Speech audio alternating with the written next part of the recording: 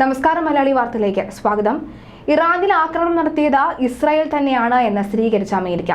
US ഉദ്യോഗസ്ഥരെ ഉദ്ധരിച്ച American മാധ്യമങ്ങളാണ് ഇക്കാര്യം റിപ്പോർട്ട് ചെയ്തത്.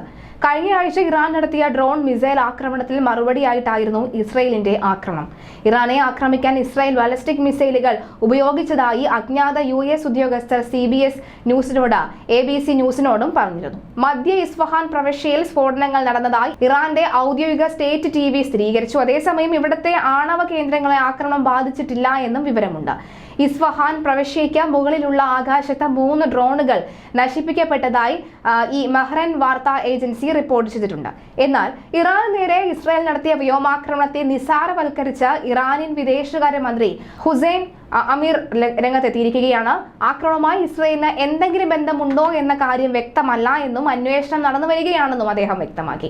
വെള്ളിയാഴ്ച പുലർച്ചെയാണ് ഇറാന് നേരെ ആക്രമണം ഉണ്ടായത്. ഇറാനിൽ പ്രവേശിച്ച 3 ഡ്രോണുകൾ വെടിവെച്ച് ഇടുകയായിരുന്നുവെന്നും എന്നാൽ അത് ഡ്രോണല്ല, കളിപ്പാട്ടമാണെന്നും പറഞ്ഞാണ് വിദേശകാര്യമന്ത്രി സംഭവത്തെ ലഘൂകരിച്ചത്. അത് ഡ്രോണുകളല്ല, കുട്ടികൾ കളിക്കാൻ ഉപയോഗിക്കുന്ന കളിപ്പാട്ടം പോലെ ഉള്ളതാണ്. ഇതും ഇസ്രായേലും തമ്മിൽ എന്തെങ്കിലും ബന്ധമുള്ളതായി തെളിഞ്ഞിട്ടില്ല എന്നും അദ്ദേഹം പറയുകയായിരുന്നു. വെള്ളിയാഴ്ച പുലർച്ചെ ഇറാൻ നഗരമായ ഇസ്ഫഹാനിൽ ചെറിയ സ്ഫോടന ശബ്ദങ്ങൾ കേട്ടതായി ഇറാൻ മാധ്യമങ്ങൾ റിപ്പോർട്ട് ചെയ്തിരുന്നു. ഇസ്ഫഹാനിലെ എയർഫോഴ്സ് ബേസിലാണ് ആക്രമണം ഉണ്ടായത്. എന്നാൽ ആക്രമണത്തിൽ ഇറാൻ കാര്യമായ കേടുപാടുകളൊന്നും സംഭവിച്ചിട്ടില്ല. സംഭവത്തിൽ ഇസ്രായേൽ ഇതുവരെ പ്രതികരിച്ചിട്ടുമില്ല.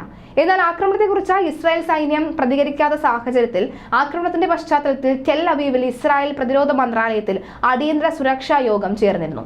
ഇസ്രായേലിന്റെ ആക്രമണത്തിന് അമേരിക്ക പച്ചക്കൊടി കാണിച്ചിട്ടില്ല എന്ന് CNN-നോട് സംസാരിച്ച US ഉദ്യോഗസ്ഥർ വരും ദിവസങ്ങളിൽ ഇറാനെതിരെ ആക്രമണം നടക്കുമെന്നും ഇസ്രായേൽ വ്യാഴാഴ്ച അമേരിക്കയെ അറിയിച്ചതായും ഉദ്യോഗസ്ഥർ വ്യക്തമാക്കി. അതേസമയം വെള്ളിയാഴ്ച അർദ്ധരാത്രിക്ക് ശേഷം ഇറാനിൽ പുറത്തുനിന്നുള്ള ആക്രമണം ഉണ്ടായിട്ടില്ല എന്നാണ് അധികൃതർ അറിയിക്കുന്നത്.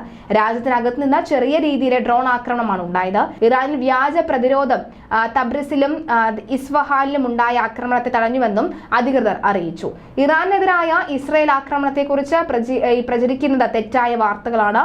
ഇസ്രായേലിന് വേണ്ടി അമേരിക്കൻ മാധ്യമങ്ങൾ തെറ്റായ വിവരങ്ങൾ പ്രചരിപ്പിച്ച നിഴൽ യുദ്ധം നടത്തുകയാണ് എന്നും ഇറാനിയൻ വൃത്തങ്ങൾ കൂട്ടിച്ചേർത്തു.